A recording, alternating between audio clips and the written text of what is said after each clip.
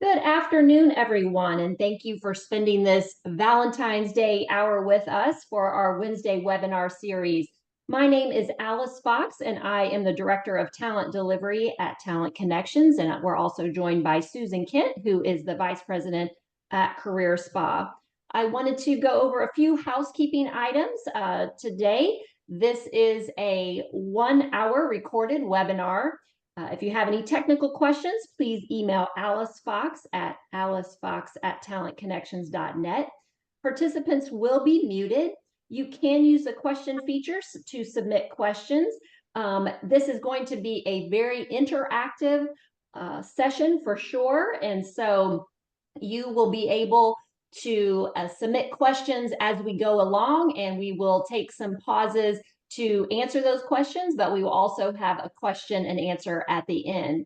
There's also going to be, we also have another person that's helping us out today, Tila Jackson on our Talent Connections team. She is going to be posting a question in our in the question and answer box, and you can see where she has done that, where it says, please click here to download the workshop worksheet.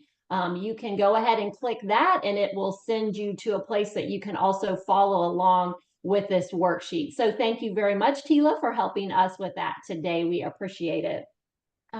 Today, I am pleased to introduce the very enthusiastic and dynamic Ben Jamin. Toy is a passionate, faith-driven, and generous man. He loves life. Daily, Ben strives to be a better husband and human. His mission is to be a passionate leader who avidly embraces deliberate actions to grow and harvest the best abundant fruit in himself and others. Professionally, Ben works with elite clients spanning the globe, from well-known Fortune 500 companies to special ops forces representing 5 countries. He is the founder of On Purpose Adventures, a driving force in purposeful, unconventional, and effective team building for over a decade, and co-founder of Cohesion Culture. A sought-after facilitator, consultant, and speaker, Ben continues to focus his heart, soul, and substantial knowledge of culture, wellness into each learning experience, promising a fun and engaging encounter with tangible results. We are in for a treat today because we have been talking with him and so enjoy getting to know Ben and excited for this session. Take it away, Ben. Alice, thank you so much. And Susan, just the yellow camo elephant in the room, it's not going to be like that. It is an adventure in business. That's what we've come up with. It has been a thing. Think about the UPS slogan of what can Brown do for you? Didn't quite work out so well, but we kind of say, what could yellow camo do for you? Take this time right now to check the Q&A and get that link. There is a worksheet that is going to accompany what we do today. That's what you're going to experience. You're going to be able to download it immediately and then fill in on the PDF. You don't even have to print it out or whatever. So with that, I'm going to actually ask Alice to start the first poll.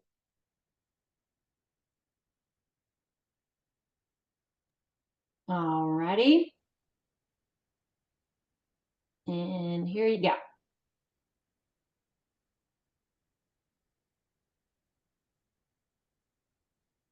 I can't vote. Dang it.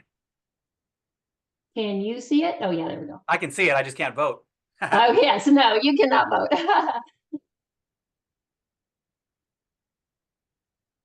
We got 3, 4. We're getting participation is coming, climbing. There we go.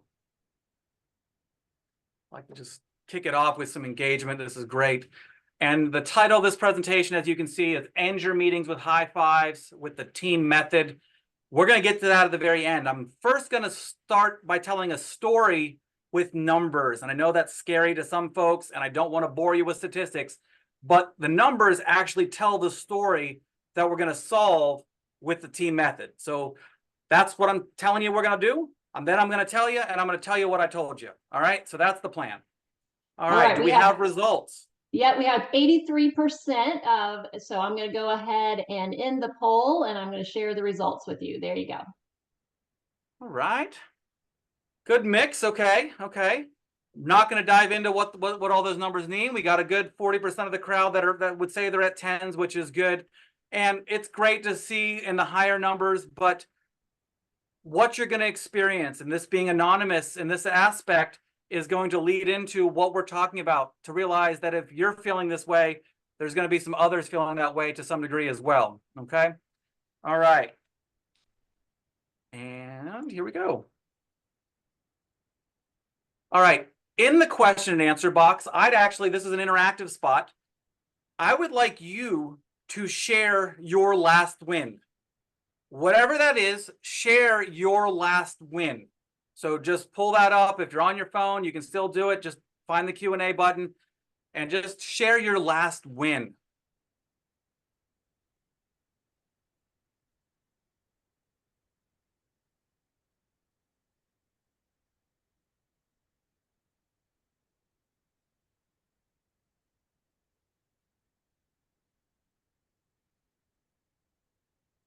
A couple people have said that they could not see the downloadable worksheet. So I have just put that again. I answered it. So I'm hoping that I'm going to paste it again to make sure that people can see There we it go. for sure. Yep. Yeah, sometimes if it's a little early, they don't see it. So I think we'll be fine. Good. And I'm not sure that the interaction side of things is going to work when the Q&A, but if you can, share your last win. I'm not seeing any of those. Here's what I want you to do. Think about your last win. Let's see. We got another Q&A up here. All right. Awesome. Awesome. Thank you, Nicole. Anybody else have a win they want to share?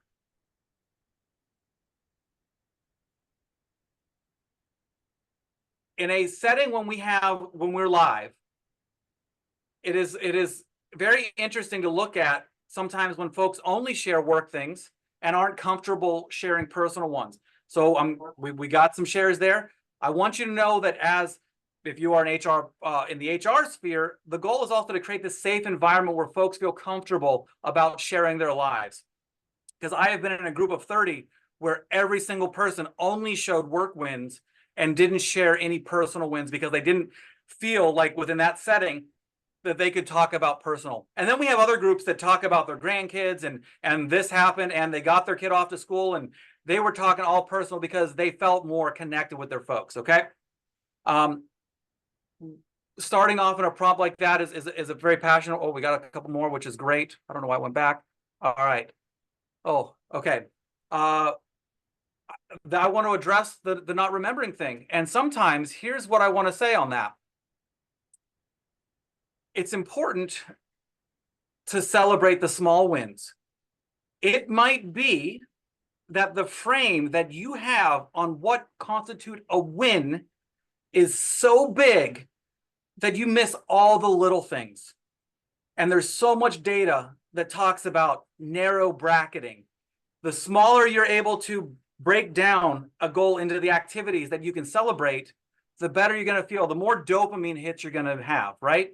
Long distance runners, I am not one, but I hear that when they are doing this long road, 100-mile or something, they are not actually saying, okay, just another mile or 5 miles or whatever. They actually get to a point where they're saying, I can do one more step. Because the problem is that when you wait to celebrate only the big wins, you realize that was a fleeting moment. And then often to follow that is depression, because you saved all this pent-up energy to celebrate this thing and life still went on. It didn't really change things that much. So figure out how to break down the small wins. Man, I got up early today, I'm going to hit the gym, all the little things. It's how we bracket those and how we frame those to constitute wins. And I'm starting to say this, I love asking questions and having conversation in the sense, and we call it a culture cheat code of connection before content. Go beyond just saying hello and actually ask questions to get to know folks. Okay. All right, here we go. Now we're going to talk about the problem. The problem that we see in somewhat maybe saying that if you are below a 7 in that engagement scenario, that might be a problem. We might not. We figure out what that looks like. But here we go. Lack of engagement. 86% of executives and employees say that collaboration and ineffective communication is the biggest influence on workplace failure. So not being able to actually communicate things well dictates this next part to some degree, that 68% of our workforce is not engaged. Only 32% are actually engaged, which is actually at an all-time high. So kudos. I think some employers are getting the message on how to engage their workforce a little more. But we also have 18% actively disengaged. But only 22% of companies know what's driving the disengagement. All right, that's the challenge. All right, engagement among older workers, those over 35, have decreased, and the percentage of actively disengaged has actually increased. So over time, it's changed. Okay, in comparison to older workers, though, younger workers, they're constituting this as under 35. They've experienced a decline in feeling cared about, having someone who encourages their development, opportunities to learn and grow, their opinions counting, and having a best friend at work. That is what matters with that workforce. So now you're part of that 22% of knowing, if you have a younger workforce, that is actually what's leading to some of this disengagement. All right. The problem is that this disengagement is costing the US alone upwards of $500 billion in waste. Okay. I'm going to point out here, I'm going to go through these numbers quickly. After this webinar, you're going to get an email with the presentation with the links to these stats. You can go through them all. Here's the scary part. 51% are watching for or actively seeking a new job. This was a study as in July of 2023 across many countries, and with the areas surveyed, they are currently employed and they are looking for something else. All right. Increased pay is the top factor, all right, in what they want, but improved well-being and opportunities to grow and develop is highly prized for job seekers. And the current statistics are that 71% of employees are seeking growth, development, and advancement. That does not mean that they're looking for promotions and raises immediately. They simply want to be more than what they are. They want to be poured into. They want to ripen and not rotten, right? All right. So this brings me to the cohesion phenomenon. I have a Strategic Alliance colleague named Dr. Troy Hall. You'll be able to learn about him later. He has a PhD in global leadership with an emphasis on cohesion. Through his dissertation, he learned that the elements of cohesion boiled down to words that you're probably all familiar with, but I'm going to give maybe a slightly different spin here. Belonging, which is more than just fitting in. All right. Value is having meaningful work, and shared mutual commitment is about collaboration. Two things are required for good collaboration. Agreement that everybody that's involved in what you're doing is needed and trust that they can do their job. Now, we're not talking about the implicit trust of I trust them with my life or my money. I trust my wife, but I don't want her doing brain surgery on me, right? It's meaning the people at the table can do their job and they're needed, okay? When cohesion is infused into a culture, a psychologically safe workplace is created where people have a safe sense of belonging, which is inclusion, are valued, they have meaningful work, and share mutual commitments, which is collaboration. The byproduct or result of this is performance. And when performance is increased, engagement is increased. I want that to sink into you, that engagement is a byproduct based on cohesion, not something you can artificially just create by having going to a baseball game or doing a pizza party or doing something that's a rah-rah scenario. One-time thing that creates energy or some rah-rah is not active engagement. A lot of employers think that they have engaged employees that show up and if they do their work. We want to have engaged employees, and I like this to be an acronym, HAVE. They are helpful, active, vested, and eager to learn. That is a defining way to say they are engaged. Now, this is a cause and effect. It's not a correlational data point.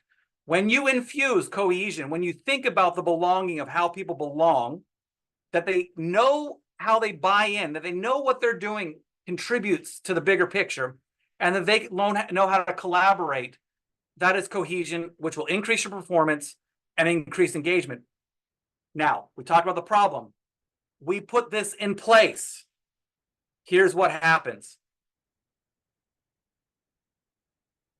Companies with a highly engaged workforce, meaning they have cohesion, they are 23% more profitable. 18 to 43% less turnover. Anybody, most surveys I've seen, retention is one of the biggest things on their agendas for the year. That happens by doing other things first.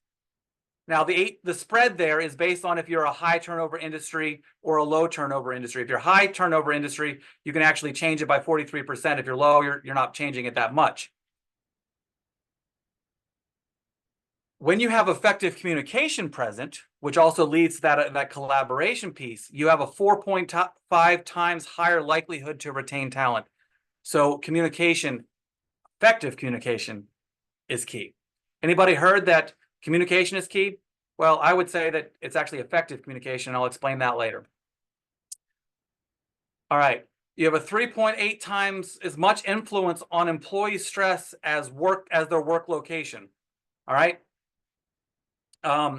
So when they're engaged, that affects things more, and managers affect that more. All right. Let's see.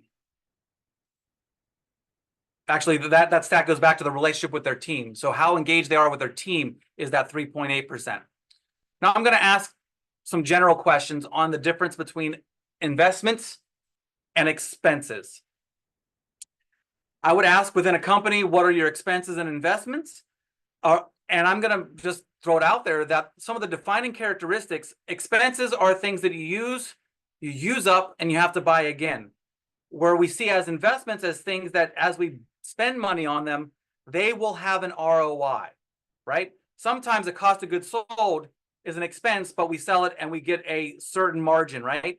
But we want to have something that can have an exponential return on investment. I'm going to throw this in here. We are a team building and bonding company, and team building is the most important investment you can make for the development of your people. So Forbes quote, you don't have to trust me. But I do want to slaughter some sacred cows. How you see your culture versus how your employees or customers see it. Happy hours and bowling are not team building. Why are we talking about team building and bonding when I want to learn how to have high fives after my gatherings and my meetings? I like to say gatherings, and you're going to hear why, versus meetings, because nobody wants more meetings. All right. There are 4 different types of gatherings. And I say gatherings because they are different structured. If you're out entertaining with somebody, you don't call that a meeting, right? So I want to call these all gatherings, and they have a certain structure. All right. The 4 different types. Informing. Actually, I'm going to go through this in a different way, okay? All are needed, but the frequency and consistency mattered. Okay, stats. From a 1,000-person poll of employees, 65.9% of employees desired monthly or quarterly team bonding activities. They weren't getting them. They were getting less than that. And that is clearly defined as bonding, not entertaining. And that's where I'll explain that in a second. All right. Informing. We define informing activities, and this is where you can start filling in on the worksheet. If you've got the worksheet, you start filling in. Updates, brainstorming, weekly things. When you're trying to convey information to your team, right? When you're doing a status update, right? That is an informing session. Sometimes they're one directional. Sometimes it's the blueprint of the business. They're as needed, but here's the thing. Think through them on, do they need to be in person? Could it just be an email? Could it be an email with a video? Sometimes these can be 100% about the informing. Whatever the content you're trying to deliver, an informing gathering can be just that. Okay. All right. Alice, could you share that poll, that next poll? Yes, I will do that. The other thing while I'm doing that is first we had someone who said, thank you for the pep talk and celebrating the small wins. Also, I want to remind everyone that the worksheet link is in the question and answer box, not chat. It's in the question and answer box. And then someone says, please share the HAVE acronym again. Sure thing. We all want to have engaged employees. HAVE is the acronym. Helpful, active, vested, and eager to learn. That's how we define engagement as far as the desire that we have within an employee. And this poll, how often do you have meetings that are learning about the company's opportunities, progress, and new initiatives? Just want to get a little bit of data here.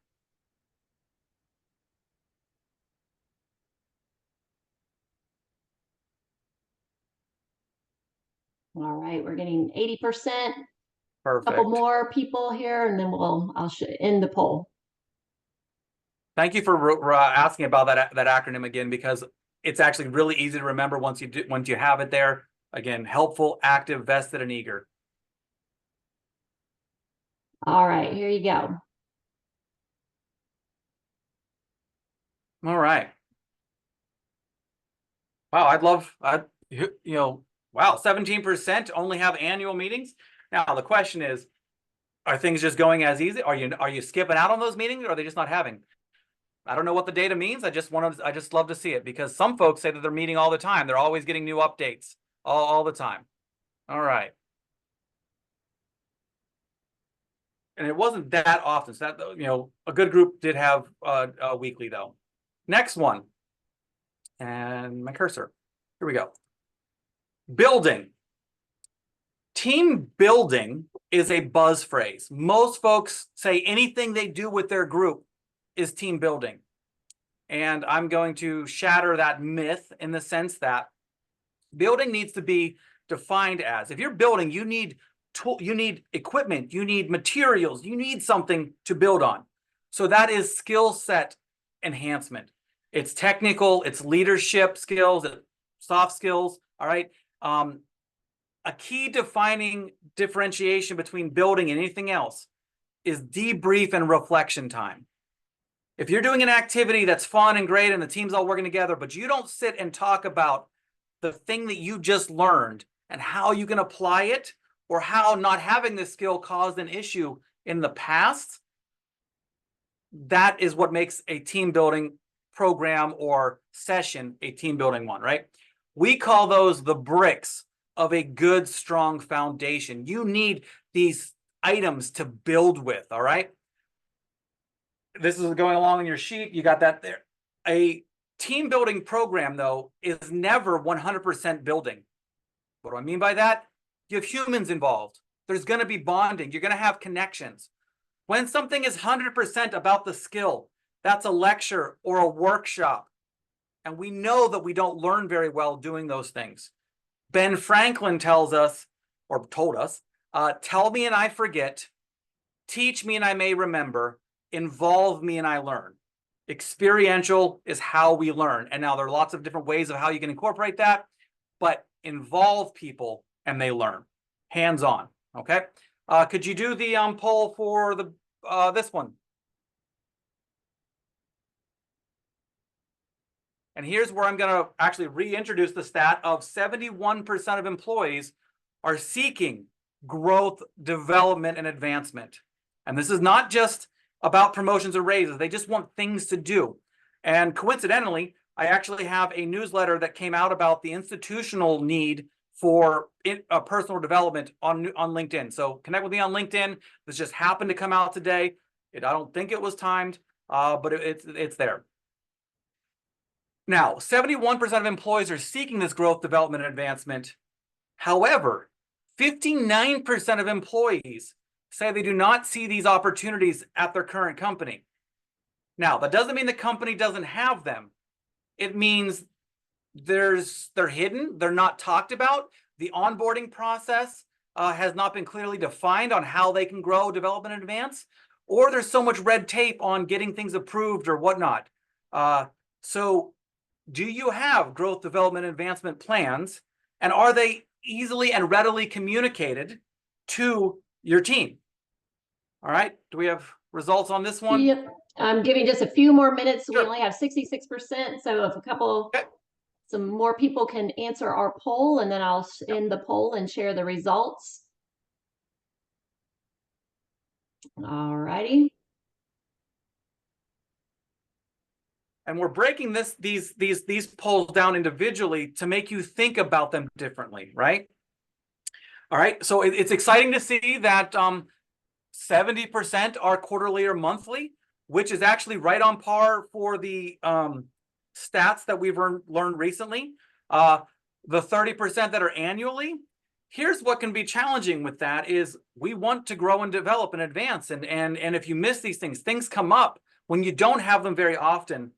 We recommend specifically building should be quarterly. Now, that doesn't mean that you're working on the soft skills all the time. Quarterly could be you're working industry specific, whatever your task or challenge is in a department or a cross-functional role. It could be this quarter you're working on this type of thing. You're taking a certification in coding or programming or PowerPoint or whatever. The next one, you're having a public speaking session, right? So quarterly is skill set. It's building, right? All right, we're going to go to the next one. Oh, there we go. Bonding. A lot of times what people are doing are either a combination of bonding or entertaining. Bonding is relational and emotional.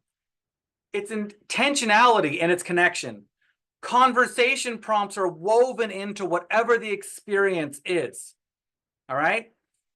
It's more than icebreakers. That's why I said connection before content. I don't like the phrase icebreakers. It's painful. It sounds like we're a bull in a china shop icebreaking, right? Think connection before content. But a bonding activity. As an example, we do some scavenger hunts, but these are not your traditional scavenger hunt where you're solving clues to get from one location to the next. Each team chooses where they go, when they're going to go, how they're going to get there. They have all these choices along the way. They can sit on a park bench and still participate. But along the way, there are prompts for questions, things that you would never normally ask a coworker or somebody even well. We've worked with folks that have been in the same department with each other for 25 years, and they discovered things about each other that they never would have known because you created the environment for a conversation that would never happen because there's some play in it. Okay. Bonding should be top of mind for all people managers. How can you do something that increases the connection between your team? Because when they feel valued, they stay. Bonding is the mortar to strengthen that foundation. You need a brick, you need a mortar. Now, if you're not really sure that you want to work on a certain skill or whatever, you ever watch somebody lay brick? They throw some mortar down first and they throw that brick on there. So you can put a little bit extra. It takes some time to cure, it harden, get together. That's why you need that more frequently, right? You just need to slap that on there monthly for bonding. But an activity can be 100% about bonding. All right, next poll, please.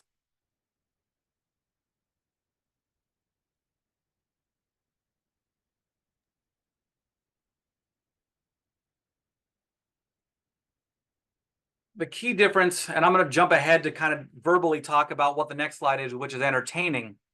The key difference between a bonding activity and an entertaining one is structure, intentionality.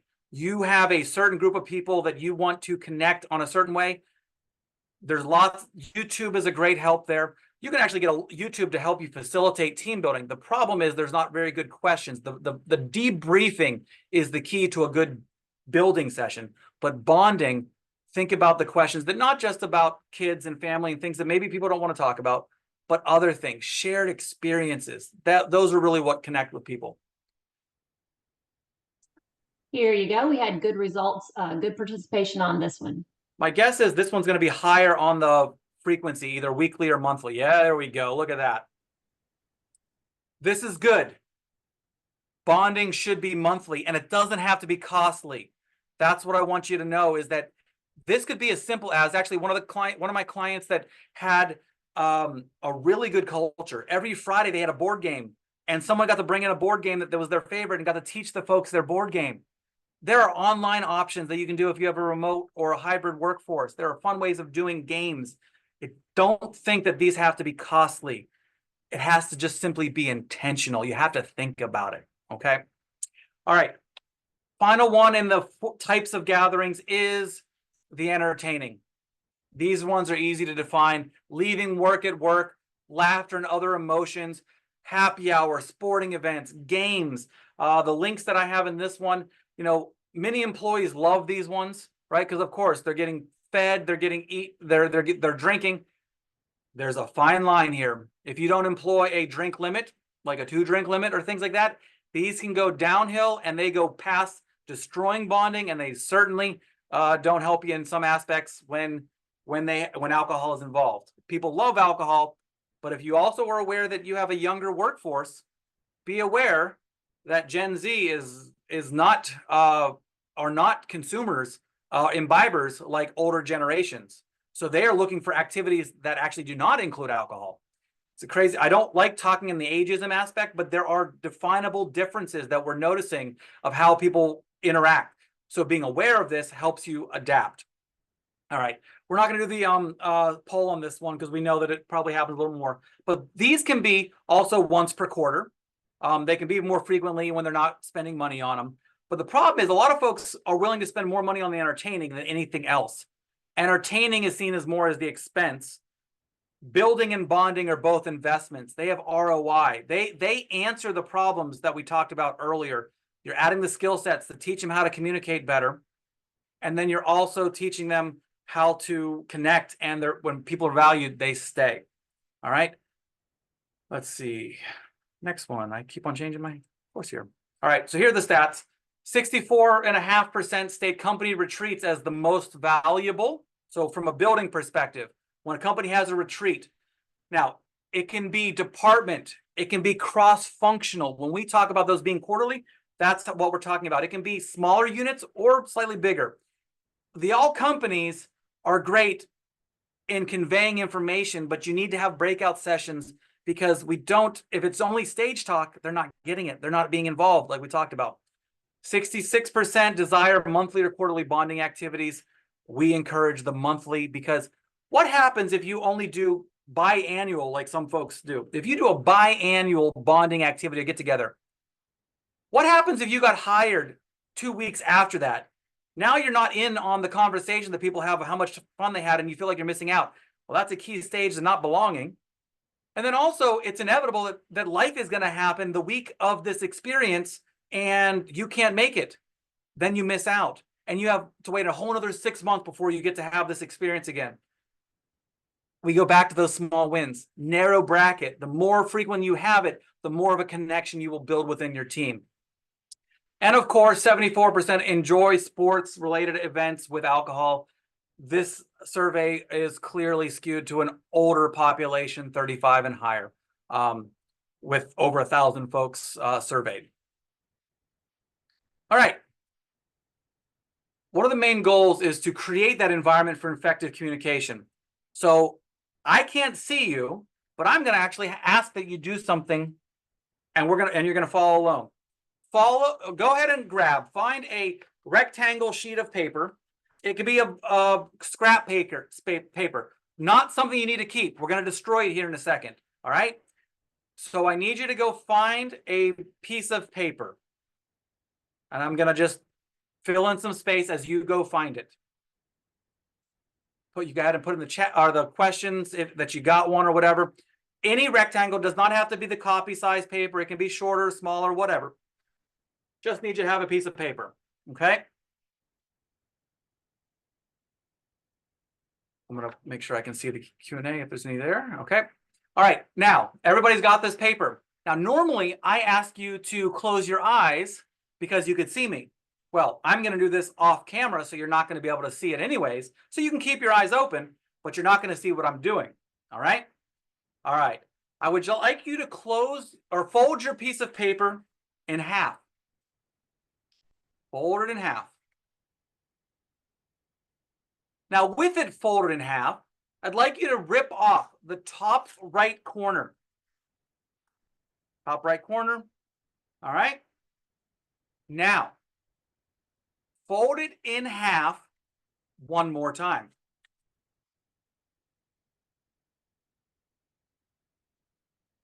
With it folded, tear off the left corner. Bottom left, bottom left, bottom left. All right. Now, this is not the impossible fold test. It can be done. Fold your paper in half one more time and rip off the bottom right corner. All right. It's not too hard. Should be able to do it. All right. Now, hopefully the blur doesn't change this, but did you get a little hashtag man-like thing? Hole in the center with some feet. All right. Now, you may not have got that. And so I would ask some questions. If this is back and forth, I'd ask some questions. And I'd say, well, why didn't you do what I asked? And the answer is, you did. You did what I asked. Then why didn't you get the results that I expected or intended you to get? And you might say, I was unclear, or you were not specific, or there was some interpretation to be there. Now you're saying that all now. And I'm going to tell you that 90% of the adult groups that we ever do this with, I've asked them to close their eyes and fold and rip the paper. In 90% of the groups that we do this with, no adult asks the question that's in their head. Well, which way? Landscape, portrait, hot dog, hamburger, whatever you were thinking in your head.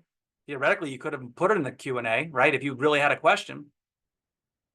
So you had the question, it wasn't answered. I'm just going to say from a statistical standpoint, the questions are not asked. So why is that? Was it an environment that you wouldn't think that was asked? When we're doing this in person, we've already established that we are a back and forth. We are experiential. We want engagement. Why? So why would that be the case, right? Great question. Great. I'm glad to hear that you wanted to ask it, right? So you would have been in that 10%, which is important because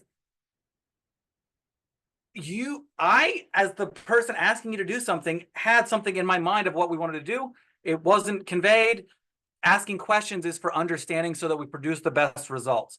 That is the understanding. And I have a whole nother 20 minutes of just debriefing that one activity. But just know that the questions and answers for back and forth, for understanding, is the key to effective communication. Because if I said, do you got it? You would have said yes. And the results would have clearly said you don't got it. Okay? All right. Next activity, or next one. 1/3 of HR managers said that the lack of open, honest communication has the most negative impact on morale. Putting that right after that question there, because so many folks, and an example was, I one time did an activity with a group, it was 60 some folks. We did a different activity. I was explaining that a lot of people, the reason they didn't do so well with it is they weren't asking questions. I was explaining the debrief of the paper ripping, but I hadn't done it. Realized that we had enough time to do the activity. I had just said people don't ask questions. Do the first fold it in half. A guy in the back of the room yells, well, but which way? The CEO yells, just do it. What environment has been created for asking questions for understanding? Because it costs money, resources, time. And then the worst one is frustration, which leads to erosion of trust. Because actually, 2/3 of employees don't trust their immediate supervisor. I can go back to that and talk for a much longer time on that. All right, now we're at the team method. We are going to end your meetings on high fives. I had to paint this picture, tell this story to get here. You can fill in the gaps on your worksheet. The T is target. Be targeted and specific about the intention, about the topic that you want to have. What is the purpose? If you're having a gathering, what is it? Is it informing? Is it building? Do you want to be bonding? Or is it just entertaining? Because the type of gathering will have different results. Okay? Engage. Consider and factor in the format of the setting and setup for maximum engagement level of each attendee. Should the tables be round? Are you in a U-shape, classroom style? Where should the gathering be held to have minimal distractions for increased learning or collaboration? When a meeting is hybrid with an online video, think about the audio visuals for remote attendees by having microphones and cameras closer to the attendees. Going to give a really cool story. Facilitated a building program that involved 28 countries. The client had 28 individuals representing 28 countries. 10 of them happened to be on site for the retreat. Other 18 were remote. I'm an engineer by trade. I don't think through things. I think things differently than other folks. And a colleague wanted to have everybody on Zoom in different rooms so we could do this session. But that wasn't rewarding the folks that made the effort to be in person for this session.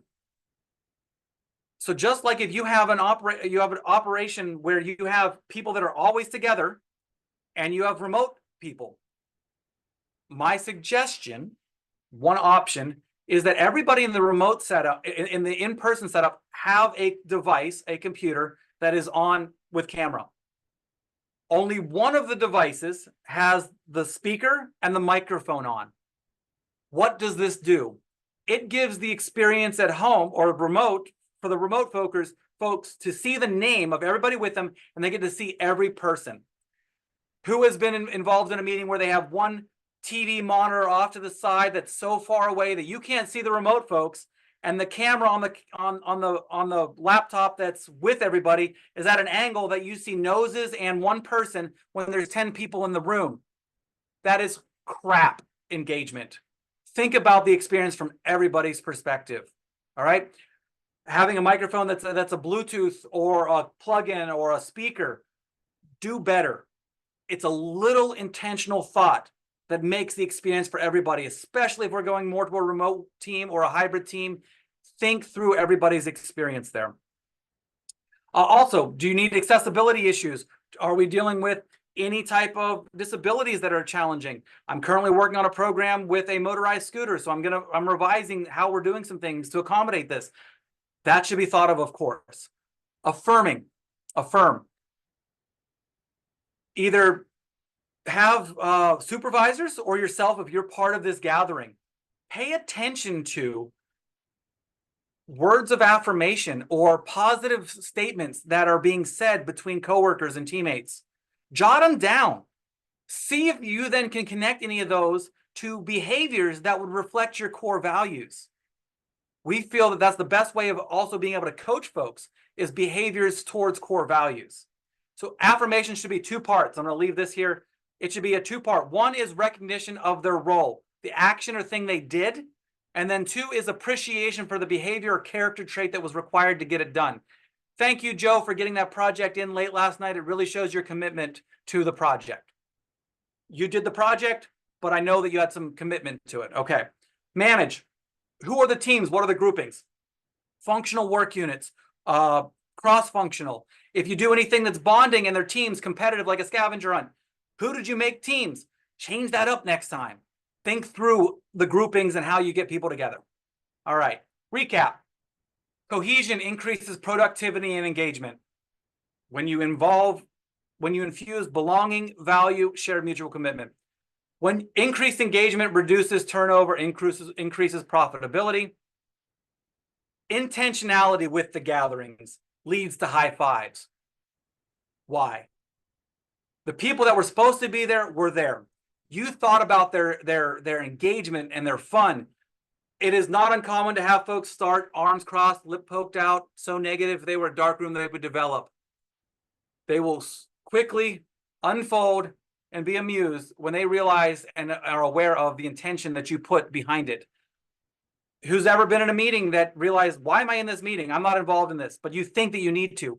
Have the confidence to have those conversations prior of who actually needs to be involved. What questions has this presentation prompted?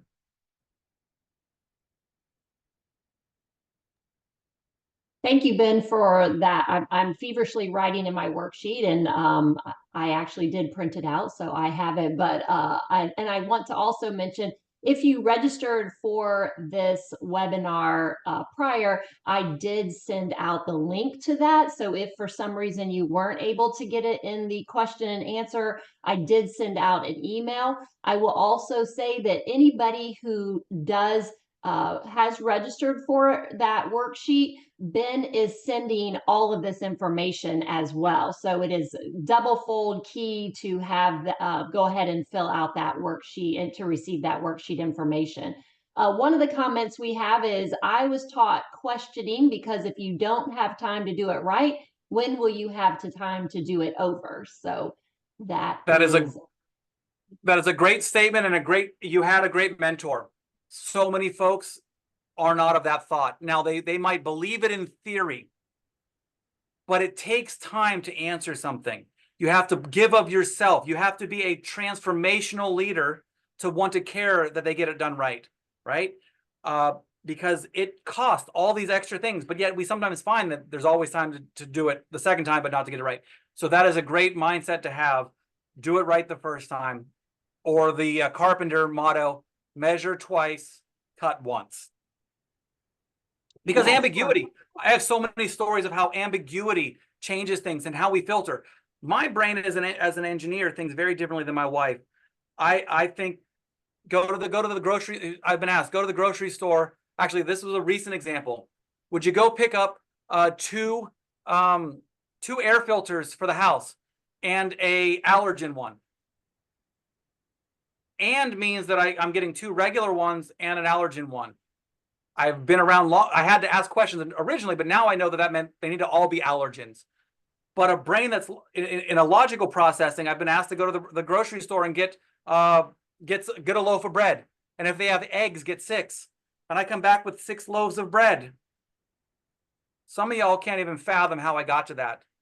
They had eggs, but I wasn't asked to get eggs. I was only asked to get bread. When you are aware, and this is a diversity element that people aren't thinking about often, is that diversity of thought is so rampant that we don't give enough attention to it, that some people need the agenda before a meeting, others don't. Are you aware of that? Perfect. Lots of thought. So Ben, really give us an example of how a team building or bonding session, because obviously in this world we work in now, a lot of people are hybrid, or even more to, some people are remote and have never seen, I'll say in person, their colleagues. So what does actually, give us an example of what a team building or bonding session, how it works and what that looks like. Great question, Alice. Thank you. I will give an example of what we have done. Now, when you're in this space, it requires thought and thinking through the experience that you're doing. So it's not going to be a cookie cutter approach, but in some cases, what we have done is this session actually was a 7-person session, and the day before, one person was not able to attend. They were able to Zoom in, and what we ended up doing was having a camera that's on a 12-foot USB plug-in on a screw-in, little device, so they could, whatever the activity we were doing was at, we could change the perspective. So this person got to see close hand what was actually being done, what was discussing, things like that. First off, so they had a good visual. The second time is we had a Bluetooth speaker, actually, this one right here, that was closer to the middle of the group. So when that person offered their thoughts, it was louder and not the what did you say? Everybody could hear it. The next piece is sometimes we wanted to have that person contribute in a way that provided their thoughts. So in this case, I actually transitioned. I had Bluetooth earpieces. So instead of the speaker, I put an earpiece in, so only I could hear the remote attendee. We needed to do an activity. We have the camera visually there. That person told me what to move and do. In this particular case, we were solving a physical puzzle, doing some things. That person was telling me what to do. And if it was wrong or it wasn't wrong because it was a generative process, I wasn't giving feedback. I was just doing what the person said. but they were allowed to contribute based on this. So think of how you can be other people's hands and feet during an experience. In a bonding aspect, there are so many ways of playing games in remote ways where you can share screens and have fun. We have an app that we do our games on and everything like that, which is really easy. We actually have a share model. You can do it. Everybody can play the game on their own device or whatever. They can play. We also a lot of folks use WhatsApp. WhatsApp is a communication platform that now allows screen sharing. So if you're playing a game with somebody you want other people to see and contribute, you could do that via WhatsApp. There are other devices. There are these other platforms like Zoom and whatnot. You can do that as well. WhatsApp has just become very easy in that aspect. Great question. Perfect. To that point, I had a colleague who, for the holiday party this past year, because he has several employees groups in different locations, they all got together in their remote locations, but then for the whole company wide, they were able to do a web, kind of the WebEx type of thing. And so they could all see what was going on in every other location of the holiday party, which I thought that was interesting. Another question we have is, during the scavenger hunt type sessions you organize, please give an example of what unusual questions may be asked to encourage people to connect in those scavenger hunt type sessions. Thank you for that. Sometimes they can be very specific. Other times, in our case, it's you have to take a road trip and you only get to take one album. What's an album, right? Or one Spotify playlist. What is it? You're going to then open up doors to find out who likes certain musics and not, and then you get to this discussion. So things about preferences in that area. We have ones that just kind of get people's thought processes. If you could change the permanent sunrise and sunset, what would they be? And then you find out who are the early birds and the late birds and what they do in the morning. Well, I want morning sunshine because I work out. So I can get a list of those, but it's just thinking through something that just creates a prompt that makes people think through it. We also want to ask open-ended, non-leading questions. In this case, it's a topic, but it's more than just the surface level. What is obscure? And actually, there are connection cards that you can literally buy on Amazon. Table topics are great ones. We're actually working on our own. We don't have them yet, but you can buy connection cards. And we recommend having cohesion huddles, another topic. But having a prompt, having a question. You don't have to be the brainchild. Just find that they have them. I have several different ones right over here. Connection cards. Some are for family, some are for groups and all that. So depending on the organization, how well you know people, you can have different types. If they're happy hour ones, you can get different depending on what your HR policies are. So. Excellent. Thank you. And we had another comment that says a friend of mine went to a remote holiday party. So that's similar to what we were discussing early also. And those can be great. Many times, let's talk 2020. People were just scrambling to find out what they would do. And they did the baby photos and they did the virtual happy hours. And yes, that can be, that is great on the entertainment. And people needed that because we didn't have those connections. One thing that my team did actually through the bulk of 2020 was we actually just had open Zoom the entire day. Sometimes we'll take the camera off. We'd just be working and then chat randomly, just like if they were in a cube next door or whatever. We somehow have thought that to connect with somebody, we have to schedule it now. So now every interaction we have with a remote person is transactional only. Build in the time for that connection piece at the beginning of every online meeting. Have connection before content, because you would have that if you were in person. You're missing out on the connection piece. I will actually throw you that remote only employees, teammates, actually collaborate 52% less time than in-person counterparts, full-time in-person counterparts. Now that's not counting socializing. This chart that I have that is different says that they actually collaborate less. Now they're getting different work done, but we've already covered that stats of collaboration is key to a good culture too, because working together, unless the work you do doesn't require other people, then you don't need it. And sometimes a lot of people would say that the remote only jobs or some remote only jobs are not dependent of others. But if they are dependent, have open office hours on your platform of choice. Excellent. Thank you so much. Ben, if you want to go to your next slide, we'll show people how they can get a hold of you for additional questions. Definitely onpurposeadventures.com. Visit that. As I mentioned, we'll definitely also have, I have sent the link to that worksheet, which then, as you have mentioned, it will send the slides and follow-up information to everyone as well. These QR codes are super cool and take you to scheduling consultations and in person with you as well. So that is amazing. But we can, so if everybody can look at that, and we'll be able to connect with you for sure. So I want to thank you everybody for joining us today at our Wednesday webinar series. To find out more about us, please visit our website at www.talentconnections.net and www.careerspa.net for more information. You will also find a section of previously recorded webinars that you can view, and we are working to update those as well.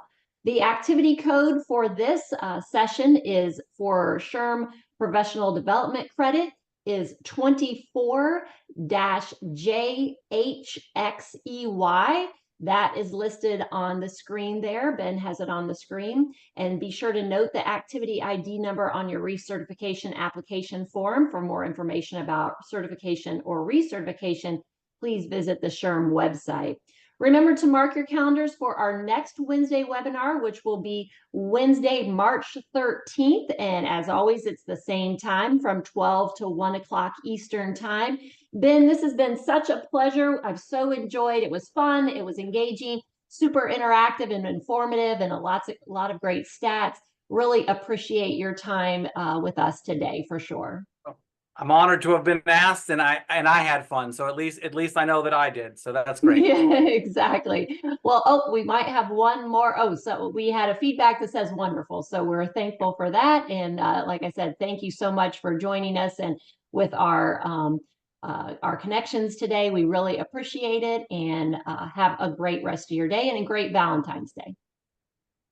Bye, y'all. Bye-bye.